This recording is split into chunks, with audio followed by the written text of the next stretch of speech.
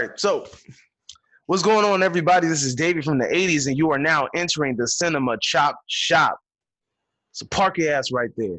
Now, today I got something special for you guys. I got another gem. This gem comes from 2018. This was one of the best movies that came out that year. Yeah, I'm talking about, boom, Blindspotting. This film was excellent. Comes out of 2018 and is starring David Diggs as Colin and Rafael Casal as Miles. Now, in this film, well, David Diggs and Rafael, what they did was they wrote this movie, they produced it, and they also starred in it. This movie is kind of an Oakland baby, right? So they want to highlight the life that's going on in Oakland while also telling a very great story. This film is directed by Carlos Estrada, right? And Carlos is mainly known for directing music videos. This was his filming debut, and might I add, I believe that he did a very excellent job. This movie features cameos from comedian Wayne Knight. You may know him from Jurassic Park, and you might also know him from Space Jam. So he was the fat man in Space Jam that was the last one to get picked, and he was a man that got his face spitted on in Jurassic Park by that little dinosaur-looking thing with the scales or whatever, right? Now, we also have a cameo from Gina from Martin, Tisha Campbell. She also has a very interesting cameo in this movie. She's very funny. Now, this movie has a lot of comedic elements to it. It has musical elements to it, and it's a very good drama. It has a great message. Now, what is this movie about?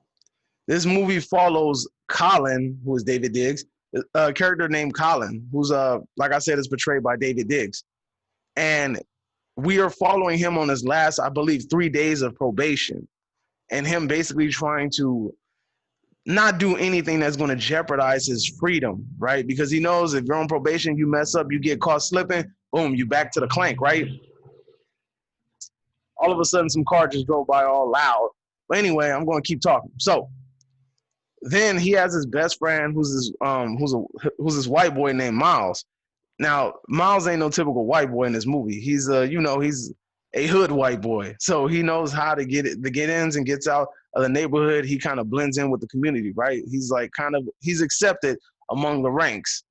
So it's following Colin as he's trying to maneuver through life without doing anything that's going to land him back in jail. Because the movie opens up with Colin basically being released on parole, right?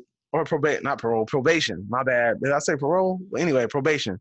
So during this probationary period, he's been an upstanding citizen, and all he's trying to do is just get to that last day so he could get off probation. Now, this film touches on a lot of different subjects. It first touches on this idea that people that go to jail and get out, they will forever be, there's this stereotype, or they're always going to be looked at in a certain light. Always, you're always going to be like, not always, but for the majority of the time, that people are always going to look at you as that felon. They're always going to look at you as a criminal. And the one psychological element that they actually take a psychological theory and explain this in a way. And they're talking about how whatever you see first in a person is usually what you're always going to associate with them with. So if you see somebody and you know them, or you see them in a bad light, then you might always associate them with that bad light. They could do plenty of things that are great, but at the same time, you're always going to associate them with that bad light. All right. So another aspect of this film that I really enjoyed, the fact that when you can be an average citizen, or you could be a regular person, and no matter how well you try to walk, you might also be stereotyped because of what you look like and who you appear to be. So in this movie, Colin is just like a regular dude, but he's always looked at as this big, black, scary dude, right? And that comes with a bias of its own. And they explore that in this film. And I don't want to go too much into it because I don't want to give away the details, because those details are very detrimental to the story, right? So you have that. And you also have this idea that his homeboy, Miles, is kind of the white boy is the one that's always kind of getting into stuff, and then he's always kind of like getting sucked into it or taking or the blame is given to him.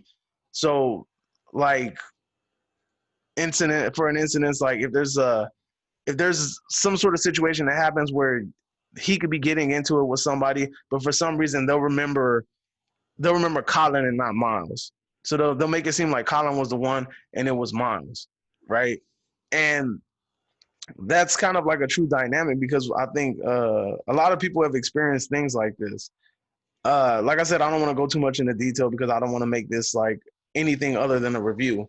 So you have racial dynamics explored. You have the dynamics with the police officer, and I'm going to tell you what I liked about this. Now, the dynamic from the police officer, because one of the things is Colin, you can see it in the preview, it's not a spoiler, but Colin witnesses a police officer shooting a black male, right? And three things that are explored in this movie is the psychological effect it actually happened that actually affected Colin, right? It affected him psychologically seeing that man being shot.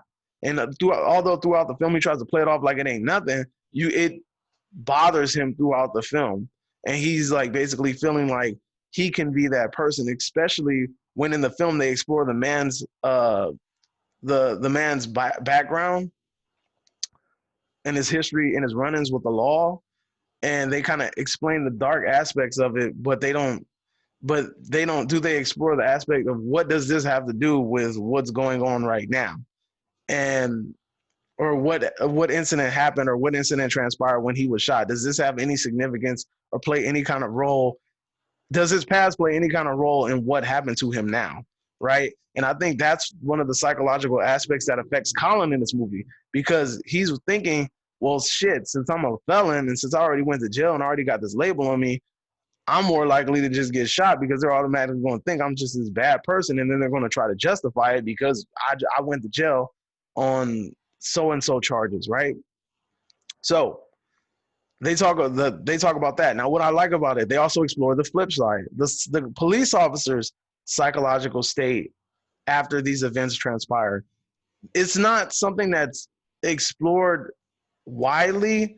It's just touched on small in a small way, but you can tell that what the psychological effect it has on the officer, that aspect is also explored, which is not really explored in many films. So they show you both sides of the coin, which is something that I really appreciate. This film also takes a lot of comedic elements and it plays with it. And it makes the comedic elements kind of keep the film afloat and they keep it fun and entertaining and kind of it keeps you dialed in while also telling a great story. David Diggs is an amazing actor and does an amazing job in this film. I can't stress it enough. Now they talk about he's on Snowpiercer and he does a great job in there. I'm gonna have to check that out. They said that he's also on the 2020 Hamilton that's going to be put out on Disney Plus. I'm going to be checking that out as well. David Diggs does an amazing job, and he's also a rapper. He's also a rapper, and he kind of brings those rap elements into this movie. And there's some dream sequences in this film that are just baffling about how like poetic they are and visually they are and like visually outspoken they are.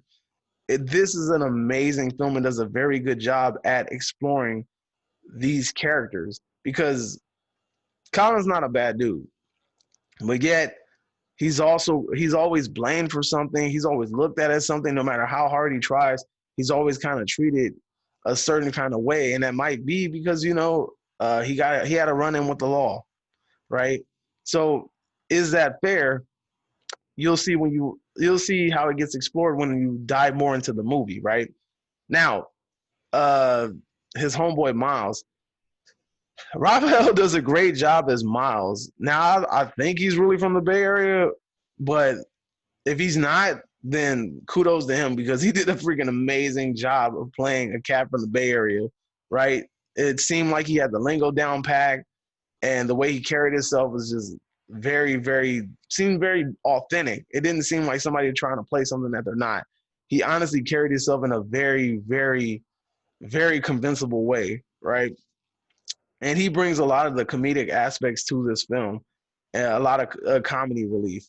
Now, the third act of this film is so good. I'm not going to spoil it, like I said, but it was the most thought-provoking, emotional scene that I've seen in a film in a very long time. And the great thing about it is they deliver a lot of messages in this film through music. And I think one of the things that he was toying with when he was saying that you only listen to somebody when you make it appealing to their ears, right? Like you like the way you only listen when things make you feel good. And I feel like that's kind of like a very, very serious and true statement in itself. So what the soundtrack to this film. Now, me personally, I'm not like a huge Bay Area rap fan. Like the Bay Area rap is cool.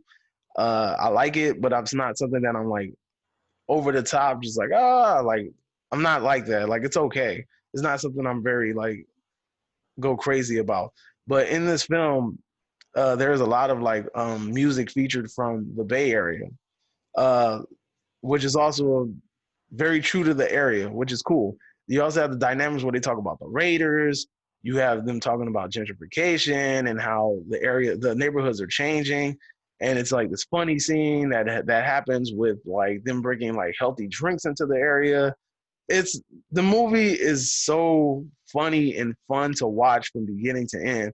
You're not going to regret watching this movie. This movie is very, very good. And honestly, it seems like a film that could easily have been made this year, but it was made 2 years prior, and it speaks volumes about what's going on in today's society. So I feel like it was no better time to review this movie than today.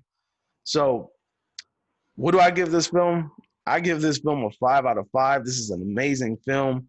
I absolutely loved everything about this film. I mean, the soundtrack wasn't all that, but at the same time, I understand what they were doing with the soundtrack. They also talk about funny. This movie is very funny, like when they joke about how restaurants change when they become corporate or when they franchise out, which we call, I mean, which a lot of people can relate to, right? A lot of people say like McDonald's changed a lot from when it first came out to when it became corporate, right?